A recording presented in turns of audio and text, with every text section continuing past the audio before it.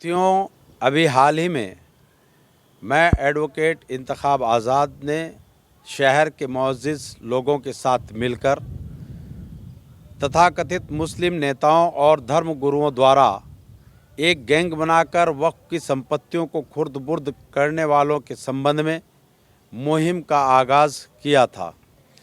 जिसका आप लोगों की दुआओं और सहयोग से बहुत अच्छा रिज़ल्ट आ रहा है। उत्तर प्रदेश के ज़िला सहारनपुर में प्रमुख जामा मस्जिद के सामने शमादार मोहल्ले के गेट की एंट्री पर जो वक्फ नंबर 322 हाजी नाजिर हसन है,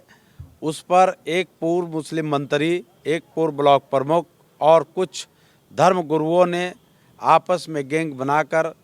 विकास प्राधिकरण के उच्चाधिकारियों की आंखों में धूल झोंककर निचले अधिकारियों कर्मचारियों से मिलकर 3 दुकानों का गलत तरीके से नक्शा पास करवाया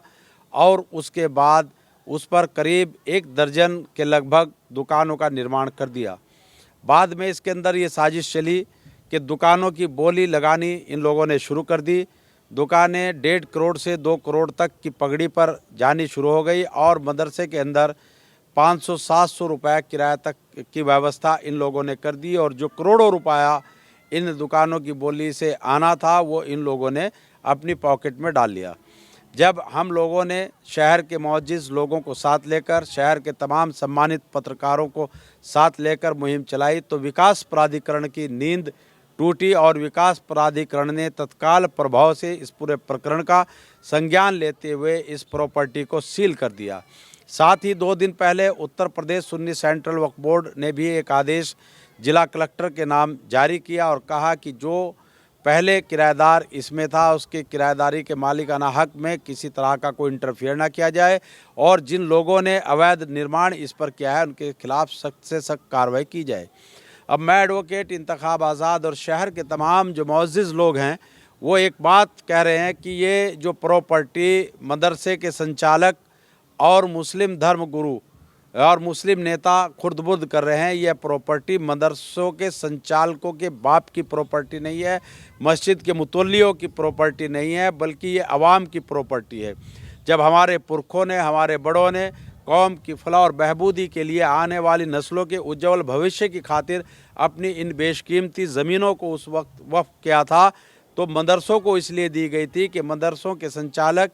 यहाँ आदमी को इंसान बनाने का काम करते हैं। यहाँ नबी के कैरेक्टर की एजुकेशन दी जाती है। दुनिया और आखिरत के मुकम्मल निज़ाम कुरान की तालीम देकर लोगों को सिराते मुस्तकीम पर चलने के लिए कहा जाता है, लेकिन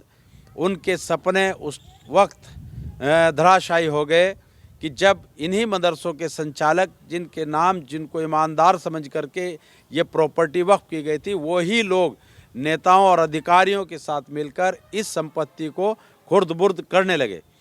हमारी मांग ये है कि अब इन संपत्तियों को सार्वजनिक किया जाए, हर वक्त की संपत्ति का उसके गेट पर, उसके बाहर पूरा ब्यौरा दिया जाए और इन संपत्तियों पर जो निर्माण हो उनकी सार्वजनिक बोली लगाई जाए और उस बोली से जो धन प्राप्त हो उसको गरीब आवाम की फलाह और बहबूदी के लिए, उनकी एजुकेशन के लिए स्कूल या तालीमी इदारे जो भी जिस लेवल के हैं उनको खोल करके उस पर खर्च किया जाए, ना कि इन मदरसों के संचालकों और